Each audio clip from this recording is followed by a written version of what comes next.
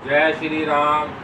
माता के सामने सीता जी से कुछ कहने में सकुचाती है, पर मन में यह समझकर कि यह समय ऐसा ही है, वह बोले, हे राजकुमारी, मेरी सिखावन सुनो, मन में कुछ दूसरी तरह ना समझ लेना। जय श्री राम। जो अपना और मेरा भला चाहती हो तो मेरा वचन मान कर घर रहो। हे भामिनी, मेरी आज्ञा का पालन होगा, सास की सेवा बन पड़ेगी, घर रहने में सभी प्रकार से भलाई है। जय श्री राम। आदर पूर्वक सास ससुर के चरणों की पूजा करने से बढ़कर दूसरा कोई धर्म नहीं है।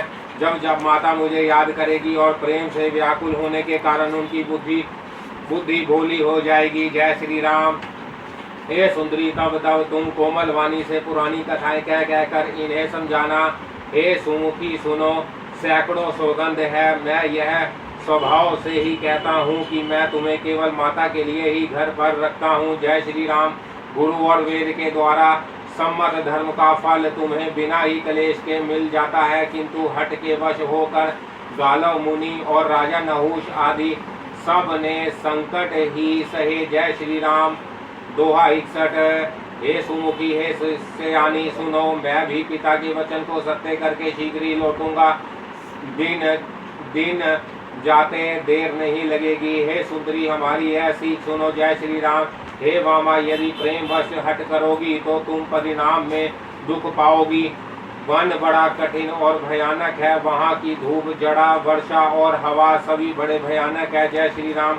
रास्ते में कुछ कांटे और बहुत से कंकड़ हैं, उन पर बिना जूते के पैदल ही चलना होगा। तुम्हारे चरण कमल कोमल और सुंदर हैं, और रास्ते में बड़े बड़े दुर्गम पर्वत हैं। जय श्री राम। पर्वतों की गुफाएं, खोह, नदियाँ, नद और नाले ऐसे अगाम्य और गहरे हैं कि उनकी ओर देखा तक नहीं जाता। रीछ, भाग, भेड़िए, सिंह और हाथी ऐसे शब्द करते हैं कि उन्हें सुनकर धीरज भाग जाता है। जय श्री राम। जमीन पर सोना, पेड़ों की छाल के वस्त्र पहनना और कंदमूल फल का भोजन करना होगा, और वह भी क्या, सदा सब दिन मिलेंगे। सब कुछ अब अपने समय के अनुकूल ही मिल सकेगा। जय श्री राम। दोहा 62। मनुष्यों को खाने वाले निशाचर फिरते रहते हैं, वह करोड़ों प्रकार के कपट रूप धारण कर लेते हैं। पहाड़ का पानी बहुत ही लगता है, वन की विपत्ति बखानी नहीं जा सकती। जय श्री राम। वन में भीषण सर्प, भयानक पक्षी और स्त्री पुरुषों को चुराने वाले राक्षसों के झुंड रहते हैं। वन की याद आने मात्र से धीर पुरुष भी डर जाते हैं। फिर हे मृग लोचनी, तुम तो स्वभाव से ही डरपोक हो। जय श्री राम। हे हंस गामिनी, तुम वन के योग्य नहीं हो। तुम्हारे वन जाने की बात सुनकर लोग मुझे अपयश देंगे। मानसरोवर के अमृत के समान जल से पाली हुई हंसिनी कहीं खारे समुद्र में की जा सकती है। जय श्री राम। नवीन आम के वन में विहार करने वाली कोयल क्या रील के जंगल में शोभा पाती है। हे चंद्रमुखी, हृदय में ऐसा विचार कर तुम घर ही पर रहो, वन में बड़ा कष्ट है। जय श्री राम। स्वाभाविक ही हित चाहने वाले गुरु और स्वामी की सी को जो सिर चढ़ाकर नहीं मानता, वह हृदय में भरपेट पछताता है और उसके हित की हानि अवश्य होती है। जय श्री राम। दोहा 63। प्रियतम के कोमल तथा मनोहर वचन सुनकर सीता जी के सुंदर नेत्र जल से भर गए। श्री रामचंद्र जी की यह शीतल सीख उनको कैसी जलाने वाली हुई, जैसे चकवी को शरद ऋतु की चांदनी रात होती है। जय श्री राम। जनक जी से कुछ उत्तर देते नहीं बनता, वह यह सोचकर व्याकुल हो उठी कि मेरे पवित्र और प्रेमी स्वभामी ही मुझे छोड़ जाना चाहते हैं। नेत्रों के जल को जबरदस्ती रोककर वह पृथ्वी की कन्या सीता जी हृदय में धीरज धर कर जय श्री राम सास के पैर लगकर हाथ जोड़कर कहने लगी, हे देवी, मेरी इस बड़ी भारी गिठाई को क्षमा कीजिए। मुझे प्राणपति ने वही शिक्षा दी है जिससे मेरा परम हित हो। जय श्री राम। परंतु मैंने मन में समझकर देख लिया कि पति के वियोग के समान जगत में कोई दुख नहीं है। जय श्री राम। हे प्राणनाथ, हे दया के धाम, हे सुंदर, हे सुखों के देने वाले, हे सुजान, हे रघुकुल रूपी मुकुद के खिलाने वाले चंद्रमा, आपके बिना स्वर्ग भी मेरे लिए नरक के समान है। जय श्री राम। दोहा 64। माता पिता बहन प्यारा भाई प्यारा परिवार, मित्रों का समुदाय, सास ससुर गुरु सब जन सहायक और सुंदर सुशील और सुख देने वाला पुत्र। जय श्री राम। हे नाथ, यहाँ तक स्नेह और नाते हैं, पति के बिना स्त्री को सभी सूर्य से भी बढ़कर तपाने वाले हैं। शरीर, धन, घर, पृथ्वी, नगर और राज्य पति के बिना स्त्री के लिए यह सब शोक का समाज है। जय श्री राम। भोग रोग के समान है, गहने भार रूप है और संसार यम यातना के समान है। हे प्राणनाथ, आपके बिना जगत में मुझे कहीं कुछ भी सुखदायी नहीं है। जय श्री राम। जैसे बिना जीव के देह और बिना जल के नदी, वैसे ही हे नाथ बिना पुरुष के स्त्री। हे नाथ, आपके साथ रहकर आपका शरद के निर्मल चंद्रमा के समान मुख देखने से मुझे समस्त सुख प्राप्त होंगे। जय श्री राम। हे नाथ, आपके साथ पक्षी और पशु ही मेरे कुटुंबी होंगे। वन ही, नगर और वृक्षों की छाल ही निर्मल वस्त्र होंगे और पर्णकुटी ही स्वर्ग के समान सुखों की मूल होगी। जय श्री राम। दोहा 65। उदार हृदय के वन देवी और वन देवता ही सास ससुर के समान मेरी सार सब संभार करेंगे और कुश और पत्तों की सुंदर साथी ही प्रभु के साथ कामदेव की मनोहर तोषक के समान होगी। जय श्री राम। कंदमूल और फल की अमृत के समान आहार होंगे और पहाड़ ही अयोध्या के सैकड़ों राजमहलों के समान होंगे। क्षण क्षण में प्रभु के चरण कमलों को देखकर मैं ऐसी आनंदित रहूंगी जैसी दिन में चकवी रहती है। जय श्री राम। हे नाथ, आपने वन के बहुत से दुख और बहुत से भय, विषाद और संताप कहे, परंतु हे कृपा निधान, वह सब मिलकर भी प्रभु के वियोग के लवलेश के समान भी नहीं हो सकते। जय श्री राम। ऐसा जी में जानकर हे सुजान शिरोमणि, आप मुझे साथ ले लीजिए, यहाँ ना छोड़िए। हे स्वामी, मैं अधिक क्या विनती करूं, आप करुणामय हैं और सबके हृदय के अंदर की जानने वाले हैं। जय श्री राम। हे दीन बंधु, हे सुंदर, हे सुख देने वाले, हे शील और प्रेम के भंडार, यदि अवधि तक मुझे अयोध्या में रखते हैं तो जान लीजिए कि मेरे प्राण नहीं रहेंगे। जय श्री राम। क्षण क्षण में आपके चरण कमलों को देखते रहने से मुझे मार्ग चलने में थकावट ना होगी। हे प्रियतम, मैं सभी प्रकार से आपकी सेवा करूंगी और मार्ग चलने से होने वाली सारी थकावट दूर कर दूंगी। जय श्री राम।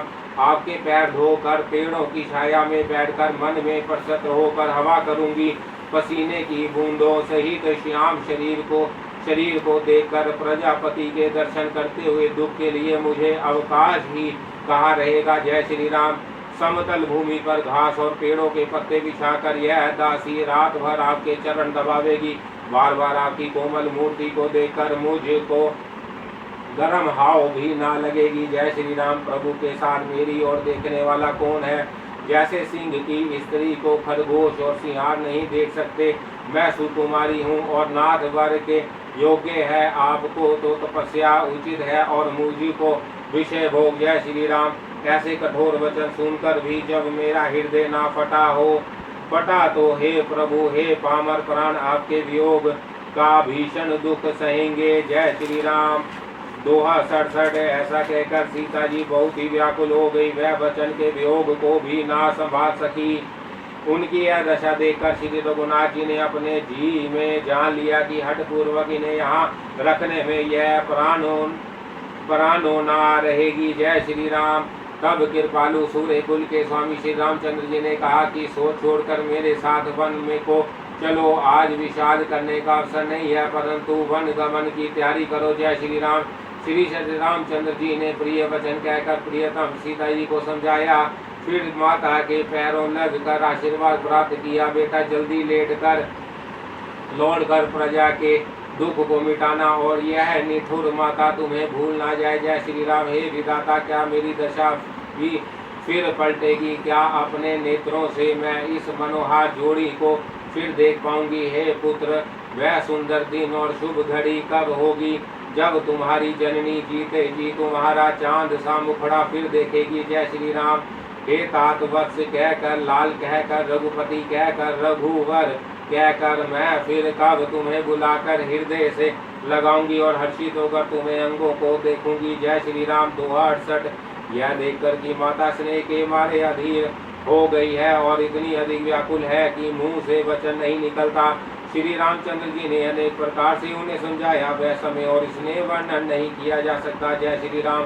तब जानकी जी सास के पांव लगी और बोली, हे माता सुनिए, मैं बड़ी ही अभागिनी हूँ। आपकी सेवा करने के समय देव ने मुझे वनवास दे दिया। मेरा मनोरथ सफल ना किया। जय श्री राम। आप शोभ का त्याग कर दे, परंतु कृपा ना छोड़िएगा। कर्म की गति कठिन है, मुझे भी कुछ दोष नहीं है। सीता जी के वचन सुनकर सास व्याकुल हो गई। उनकी दशा को मैं किस प्रकार बखान कर कहूँ। जय श्री राम। उन्होंने सीता जी को बार बार हृदय से लगाया और धीरज धरकर शिक्षा दी और आशीर्वाद दिया कि जब तक गंगा जी और यमुना जी में जल की धारा बहे तब तक तुम्हारा सुहाग चल रहे। जय श्री राम। सीता जी को सास ने अनेकों प्रकार से आशीर्वाद दिए और शिक्षा दी और वह बड़े ही प्रेम से बार बार चरण कमलों में सिर निभाकर चली। जय श्री राम। दोहा 69। जब लक्ष्मण जी ने यह समाचार पाए तब वह व्याकुल होकर उदास मुंह उठ दौड़े। शरीर कांप रहा है, रोमांच हो रहा है, नेत्र आंसुओं से भरे हैं। प्रेम से अत्यंत अधीर होकर उन्होंने श्री राम जी के चरण पकड़ लिए। जय श्री राम। वह कुछ कह नहीं सकते, खड़े खड़े देख रहे हैं, मानो जल से निकाले जाने पर मछली दीन हो रही हो। हृदय में यह सोच है कि हे विधाता, क्या होने वाला है? क्या हमारा सब कुछ और पुण्य पूरा हो गया? जय श्री राम। मुझको श्री रघुनाथ जी क्या कहेंगे? घर पर रहेंगे या साथ ले चलेंगे? श्री रामचंद्र जी ने भाई लक्ष्मण को हाथ जोड़े और शरीर तथा घर सभी से नाता तोड़े हुए खड़े देखा। जय श्री राम। तब नीति में निपुण और शील स्नेह सरलता और सुख के समुद्र श्री रामचंद्र जी वचन बोले, हे तात, परिणाम में होने वाले आनंद में हृदय में समझ कर तुम प्रवेश प्रेम वश अधीर मत हो। जय श्री राम। जो लोग माता पिता गुरु और स्वामी की शिक्षा को स्वाभाविक ही सिर चढ़ाकर उसका पालन करते हैं, उन्होंने ही जन्म लेने का लाभ पाया है, नहीं तो जन्म में जगत में जन्म व्यर्थ ही है। जय श्री राम। दोहा 70। हे भाई, हृदय में ऐसा जानकर मेरी सीख सुनो और माता पिता के चरणों की सेवा करो। भरत और शत्रुघ्न घर पर नहीं है, महाराज वृद्ध है और उनके मन में मेरा दुख है। जय श्री राम। इस अवस्था में मैं तुमको साथ लेकर बन जाऊं तो अयोध्या सभी प्रकार से अनाथ हो जाएगी। गुरु पिता माता प्रजा और परिवार सभी पर दुख का दूसरा भार आ पड़ेगा। जय श्री राम। अतः तुम यही रहो और सबका संतोष। जय श्री राम। अतः तुम यही रहो और सबका संतोष करते रहो, नहीं तो हे तात बड़ा दोष होगा। जिसके राज्य में प्यारी प्रजा दुखी रहती है वह राजा अवश्य ही नरक का अधिकारी होता है। जय श्री राम। हे तात, ऐसी नीति विचार कर तुम घर रह जाओ। यह सुनते ही लक्ष्मण जी बहुत ही व्याकुल हो गए। इन शीतल वचनों से वह कैसे सूख गए, जैसे पाले के स्पर्श से कमल सूख जाता है। जय श्री राम। प्रेमवान लक्ष्मण जी से कुछ उत्तर देते नहीं बनता। उन्होंने व्याकुल होकर श्री रामचंद्र जी के चरण पकड़ लिए और कहा, हे नाथ, मैं दास हूँ और आप स्वामी हैं, अतः आप मुझे छोड़ ही दे तो मेरा क्या अवश्य है। जय श्री राम। दोहा 71।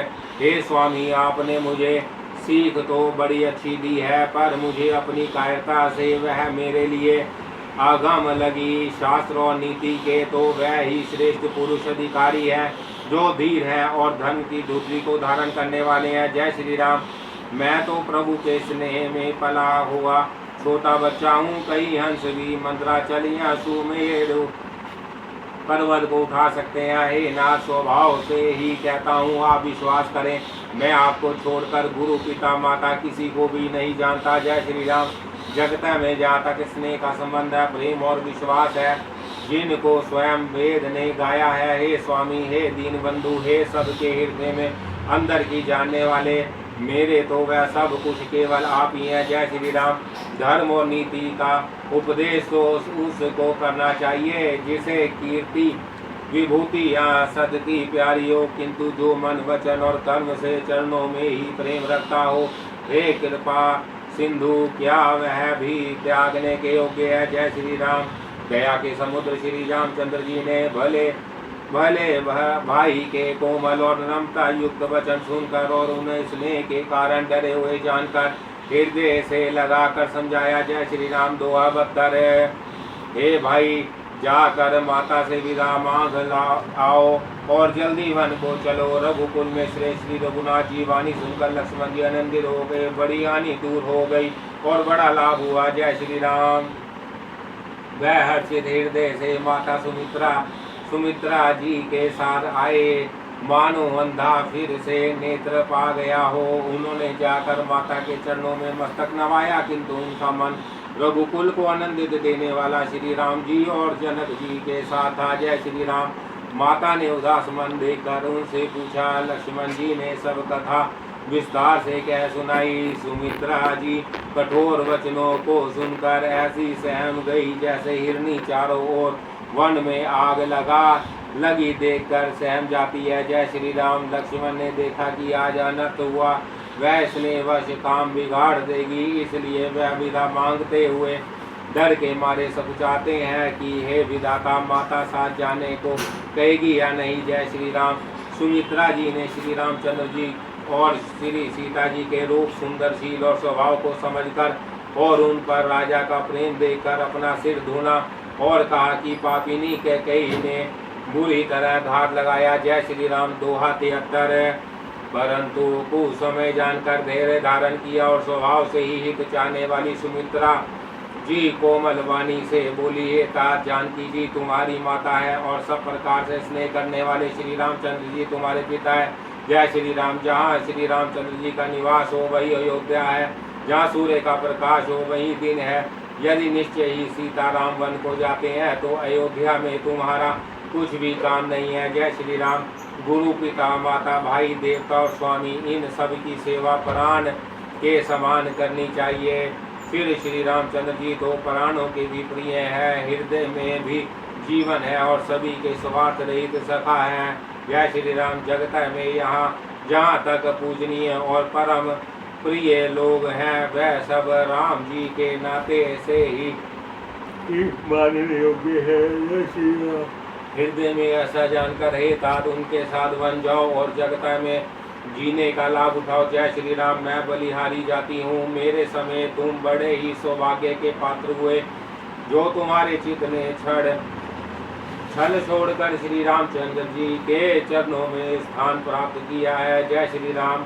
दोहा 74। संसार में वही उक्ति स्त्री पुत्रवती है जिसका पुत्र श्री रघुनाथ जी का भक्त हो, नहीं तो जो राम से विमुख पुत्र से अथवा अपना हित जानती है वह तो बाजी अच्छी पशु की भांति उसका ब्याना व्यर्थ ही है। जय श्री राम।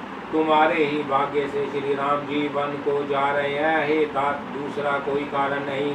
संपूर्ण पुण्यों का सबसे बड़ा फल यही है कि श्री सीताराम जी के चरणों में स्वाभाविक प्रेम हो। जय श्री राम। राग, देश, ईर्ष्या, मद और मोह इसके वश स्वपन में भी मत होना। सब प्रकार के विकारों का त्याग कर मन, वचन और कर्म से श्री सीताराम जी की सेवा करना। जय श्री राम। तुमको वन में सब प्रकार से आराम है, जिसके साथ श्री रामचंद्र जी और सीता रूपी माता पिता है। हे पुत्र, तुम वही करना जिससे श्री रामचंद्र जी वन में कलेश ना पावे, मेरा यही उद्देश्य है। जय श्री राम। हे तात, मेरा यही उद्देश्य है जिससे वन में तुम्हारे कारण श्री सीताराम जी और श्री राम जी और सीता जी सुख पावे और पिता, माता, प्रिय परिवार तथा नगर के सुखों की याद भूल जाए। जय श्री राम। तुलसीदास जी कहते हैं, सुमित्रा जी ने इस प्रकार हमारे प्रभु को शिक्षा देकर आज्ञा दी और फिर यह आशीर्वाद दिया कि श्री सीता जी और रघुवीर जी के चरणों में तुम्हारा निर्मल प्रगाढ़ प्रेम नित नित नया हो। जय श्री राम। माता के चरणों में सिर नवाकर हृदय में डरते हुए लक्ष्मण जी तुरंत इस तरह चल दिए जैसे सौभाग्यवश कोई हिरण कठिन फंदे को तुड़ा कर भाग निकला। जय श्री राम। दोहा 75। लक्ष्मण जी वहाँ गए जहाँ श्री जानकी जी नाथ जी थे और प्रिय का साथ पाकर मन में बड़े ही प्रसन्न हुए। श्री राम जी और सीता जी के सुंदर चरणों की वंदना करके वह उनके साथ चले और राजभवन में आए। जय श्री राम। नगर के स्त्री पुरुष आपस में कह रहे हैं कि विधाता ने खूब बनाकर बात बिगाड़ी, उनके शरीर दुबले, मन दुखी और मुख उदास हो रहे हैं। वह ऐसे व्याकुल है जैसे शहद छीन पिए जाने पर शहद की मक्खी व्याकुल हो। जय श्री राम। सब हाथ मल रहे हैं और सिर धुन कर पछता रहे हैं, मानो बिना पंख के पक्षी व्याकुल हो रहे हो। राजद्वार पर बड़ी भारी भीड़ हो रही है। अपार विशाल का वर्णन नहीं किया जा सकता। जय श्री रामचंद्र जी पधारे हैं। यह प्रिय वचन कहकर मंत्री ने राजा को उठाकर बैठाया। सीता सहित दोनों पुत्रों को देखकर राजा व्याकुल हुए। जय श्री राम। सीता सहित दोनों सुंदर पुत्रों को देखकर राजा अकुलाते हैं और स्नेहवश बार बार उन्हें हृदय से लगा लेते हैं। जय श्री राम। दोहा 76। राजा व्याकुल है, बोल नहीं सकते, हृदय में शोक से उत्पन्न हुआ भयानक संताप है। तब रघुकुल के वीर श्री रामचंद्र जी ने अत्यंत प्रेम से चरणों में सिर नवा कर उठकर विदा मांगी। जय श्री राम। हे पिताजी, मुझे आशीर्वाद और आज्ञा दीजिए। हर्ष के समय आप शोक क्यों कर रहे हैं? हे तात प्रिय के प्रेम वश प्रसाद करने से जगत में यश जाता रहेगा और निंदा होगी। जय श्री राम। यह सुनकर प्रेम वश राजा ने उठकर श्री रघुनाथ जी की बाँह पकड़कर उन्हें बैठा लिया और कहा, हे तात सुनो, तुम्हारे लिए मुनि लोग कहते हैं कि श्री राम चराचर के स्वामी हैं। जय श्री राम। शुभ और अशुभ कर्मों के अनुसार ईश्वर हृदय में विचार कर फल देता है। जो कर्म करता है वही फल पाता है, ऐसी वेद की नीति है। यह सब कोई कहते हैं। जय श्री राम। अपराध तो कोई और ही करे और उसके फल का भोग कोई और ही पावे। भगवान की लीला बड़ी विचित्र है, उसे जानने योग्य जगत में कौन है? जय श्री राम। राजा ने इस प्रकार श्री रामचंद्र जी को रखने के लिए छल छोड़कर बहुत ही उपाय किए, पर जब उन्होंने धर्म धुरंधर धीर और बुद्धिमान श्री राम जी का रुख देख लिया, वह रहते हुए ना जान पड़े। जय श्री राम। अब राजा ने सीता जी को हृदय से लगा लिया और बड़े प्रेम से बहुत प्रकार की शिक्षा दी। मन के दुख कह कर सुनिए। फिर सास ससुर तथा पिता के सुखों को समझाया। जय श्री राम। परंतु सीता जी का मन श्री रामचंद्र जी के चरणों में अनुरक्त था, इसलिए उन्हें घर अच्छा नहीं लगा और वन ना भयानक लगा। फिर और सब लोगों ने फिर वन में विपत्तियों की अधिकता बताकर सीता जी को समझाया। जय श्री राम। मंत्री सुमंत्र जी की पत्नी और गुरु वशिष्ठ जी की स्त्री अरुंधति जी तथा और भी चतुर स्त्रियां स्नेह के समान कोमल वाणी से कहती हैं कि तुमको तो वनवास दिया नहीं, इसलिए जो ससुर गुरु और सास कहें तुम तो वही करो। जय श्री राम। यह शीतल हितकारी मधुर और कोमल सीख सुनने पर सीता जी को अच्छी नहीं लगी। मानो शरद ऋतु के चंद्रमा की चांदनी लगते ही चकई व्याकुल हो उठी हो। जय श्री राम। दोहा 78। सीता जी संकोच वश उत्तर नहीं देती। इन बातों को सुनकर के कई तमक कर उठी। उसने मुनियों के वस्त्र आभूषण और बर्तन लाकर श्री रामचंद्र जी के आगे रख दिए और कोमल वाणी से कहा, जय श्री राम। हे रघुवीर, राजा को तुम प्राणों के समान प्रिय हो। वीरू राजा शील और स्नेह नहीं छोड़ देंगे। पुण्य सुंदर यश और कर लोग चाहे नष्ट हो जाए, पर तुम्हें बन जाने को वह कभी ना कहेंगे। जय श्री राम। ऐसा विचार कर जो तुम्हें अच्छा लगे वही करो। माता की सीख सुनकर श्री रामचंद्र जी ने सुख पाया, परंतु राजा को यह वचन बाण के समान लगे। अब भी अभागे प्राण नहीं निकलते। जय श्री राम। राजा मूर्छित हो गए। लोग व्याकुल है, किसी को कुछ सूझ नहीं पड़ता कि क्या करें। श्री रामचंद्र जी तुरंत मुनि का वेश बनाकर और माता पिता को सिर नवाकर चल दिए। जय श्री राम। वन का सब साज समान सज कर रामचंद्र जी स्त्री और भाई सहित ब्राह्मण और गुरु चरणों की वंदना करके सबको अचेत करके चले। जय श्री राम। दोहा 79। राजमहल से निकलकर श्री रामचंद्र जी वशिष्ठ जी के दरवाजे पर जा खड़े हुए और देखा कि सब लोग विरह की अग्नि में जल रहे हैं। उन्होंने प्रिय वचन कहकर सबको समझाया। फिर श्री रामचंद्र जी ने ब्राह्मणों की मंडली को बुलाया। जय श्री राम। गुरु जी से कहकर उन सबको वर्षासन दिए और आदर दान तथा विनय से उन्हें वश में कर लिया। फिर याचकों को दान और मान देकर संतुष्ट किया तथा मित्रों को पवित्र प्रेम से प्रसन्न किया। जय श्री राम। फिर दास दासियों को बुलाकर उन्हें गुरु जी को सौंपकर हाथ जोड़कर बोले, हे गोसाई, इन सब की माता पिता के समान संभार करते रहिएगा। जय श्री रामचंद्र जी बार बार दोनों हाथ जोड़कर सबसे कोमल वाणी कहते हैं कि मेरा सब प्रकार से हितकारी मित्र वही होगा जिसकी चेष्टा से महाराज सुखी रहे। जय श्री राम। हे परम चतुरपुरवासी सज्जनों, आप लोग सब वही उपाय करिएगा जिससे मेरी सब माताएं मेरे विरह के दुख से दुखी ना हो। जय श्री राम। दोहासी। इस प्रकार श्री रामचंद्र जी ने सबको समझाया कि हर्षित होकर गुरु जी के चरणों कमलों में सिर नवाया। फिर गणेश जी, पार्वती जी और कैलाशपति महादेव जी को मानकर तथा आशीर्वाद पाकर श्री रघुनाथ जी चले। जय श्री राम। श्री राम जी के चलते ही बड़ा भारी विषाद हो गया। नगर का आर्तनाद सुना नहीं जाता। लंका में बुरे शगुन होने लगे। अयोध्या में अत्यंत शोक छा गया और देवलोक में सब हर्ष और विषाद दोनों के वश में हो गए। जय श्री राम। मूर्छा दूर हुई तब राजा जागे और सुमंत्र को बुलाकर ऐसा कहने लगे, श्री राम वन को चले गए पर मेरे प्राण नहीं जा रहे हैं। ना जाने ये किस सुख के लिए शरीर में टिक रहे हैं। जय श्री राम। इससे अधिक बलवती और कौन सी व्यथा होगी जिस दुख को पाकर प्राण शरीर को छोड़ेंगे। फिर धीरज धर कर राजा ने कहा, हे सखा तुम रथ दे लेकर श्री राम को साथ जाओ। जय श्री राम। अत्यंत सुकुमार दोनों कुमारों को और सुकुमारी जानकी को रथ में चढ़ाकर वन दिलाकर 4 दिन के बाद लौट आना। जय श्री राम। दोहा 81। जय श्री राम। जय श्री राम।